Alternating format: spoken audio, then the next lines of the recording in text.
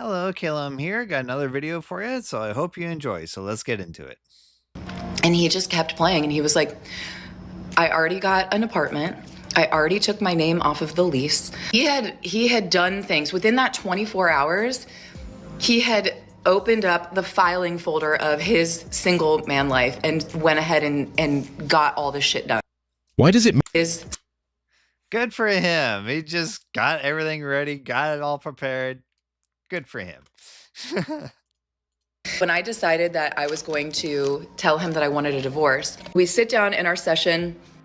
It's like really tense, really awkward. My ex was sitting there like, so why do we have an emergency session? The therapist was like, Jamie, do you want to start? And I just started crying, and I was like, I want a divorce. He sat there quiet. I'm sitting next to him crying. He didn't move. He didn't look at me. He didn't react at all. He just was stone cold. And eventually our therapist was like, would you like to respond? So he responded right away, and he's like, fine, let's just go ahead and finalize the details.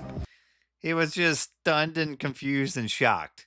So that's why he didn't look at you, because he was trying to process everything that happened. You say that, he's just like, okay, screw it, we're done.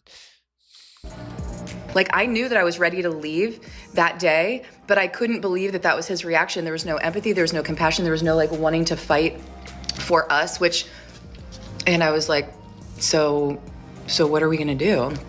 Why would he fight for you or for us when you already have a third person, a therapist there to oversee everything? You should have figured this out before you went to surprise therapist, where he got even more confused by that. And he just kept playing, and he was like, I already got an apartment. I already took my name off of the lease. So it was like within a couple days he moved out. He took a couple of days he moves out. Good for him. When I want something, I get it. We used to live in upstate New York, and now we live in Tennessee, and I realized that I wanted something in New York, so I told my husband that he was going to drive me to New York. So it's currently almost 7 a.m. and I just woke up. I'm feeling pretty good, and he's been driving all through the night, so I didn't have to deal with that. And now we're almost to New York, so I can get what I need, and then tomorrow we'll head back to Tennessee. Isn't he the best? This is exactly why guys are the prize, and she is mid as crap. Like, he's doing way too much for that type of face. Holy crap. But yeah, just because you want something, couldn't you get something like that in Tennessee? There's supermarkets over there as well. So what is the difference? Hey, y'all, come look at this. So here it is. In case you didn't know, and this applies to both men and women, being cheated on is traumatizing as fuck. I was married for 21 years, and cheating was never an issue in our marriage. In fact, that was the least of my worries. I never had to worry about it. I never thought I did. I never had a feeling that I had to worry about it. Never on either part, either side. And then I got divorced, and I come into the dating field, and it is a absolute shit show. And if I had any idea what I was getting myself into, I probably would have stayed married. Yeah, wasn't she sees on how the market is nowadays? Because my guess is she got a fairly good looking guy, considering on how she currently looks. Like, even at that age, like, you could see the white hair blooming out. But she still doesn't look that bad, but she does have a lot of makeup on, so keep that in mind. But yeah, like, cheating does happen. And whether you want to work through it or move on, that's all up to you. But keep in mind on how the market can actually be, because it's not always the same. 90% of women for arguments and fight. You know, it is kind of sad. Percent of There's a time where you felt that you failed, that you learned a valuable lesson from. That's such a hard question. Getting divorced was a big lesson. Okay. Yeah. How come? What happened? For a long time, like in your 20s and 30s, like getting married was a big goal, and I got married. And then I realized that that's not everything. And what I learned through being married was that knowing who you are, knowing your values, and knowing your non-negotiables is so much more important than anything else. It could be more important than the person that you love. And that was a huge lesson for me.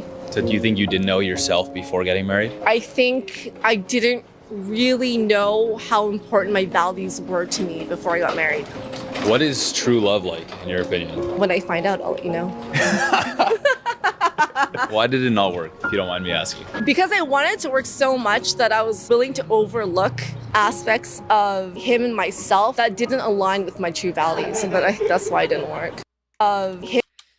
Okay, so you're getting for your true values, but she doesn't specify any type of value. He tried to hint at it, but nothing actually came of it. But at the same time, it's like, okay, you were married. You don't know true love. You don't know anything. All you knew is you wanted to work.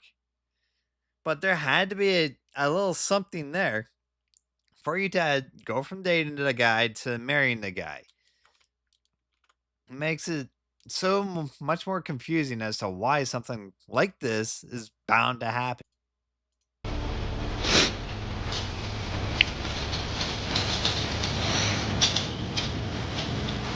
I'm crying because my son is leaving. He's going to see his dad.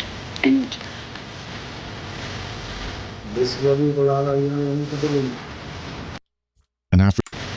she's crying because he's going to see his dad. Like, how is that such a horrible thing? Because it takes two proper parents to raise a kid. If you have it from one side only, which is mother's side, the kid is going to more than likely be messed up in one way or another. Okay, this says, behind every angry wife, there is a husband who has no idea what mistake he made.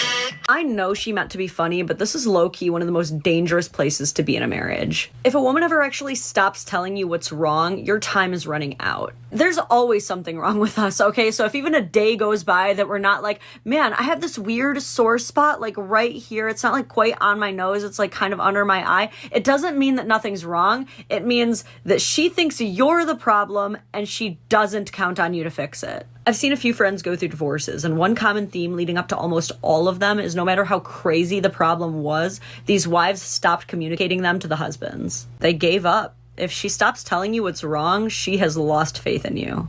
At least that's what it looks like. So if you're a wife who doesn't want to divorce her husband, I highly recommend telling him when he annoys you, because otherwise, he's not going to figure it out. He's just going to keep whistling and dancing, and you're going to be the only one mad. She's completely right. Like, if we don't know what we're doing wrong, how can we fix it? But at the same time, pick your battles. If you pick the dumbest thing ever that not the guy won't care about, it's like, but it's whistling. How is that such a bad thing? Oh, no, I don't like it. Like, really? But having very loud music in the car for everyone to hear, okay, yeah, that could be quite annoying. Mention that.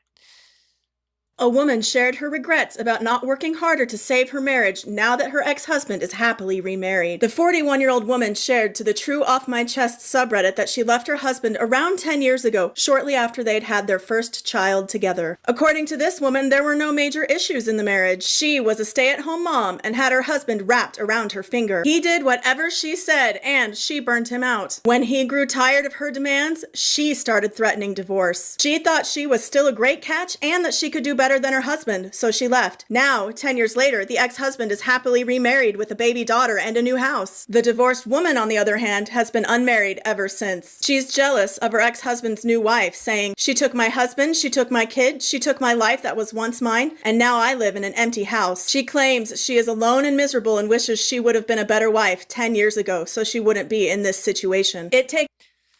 Yeah, so she's being a boss. She's trying to run his life. He's just trying to help. He's trying to be a nurturing father or whatever it may be to the wife.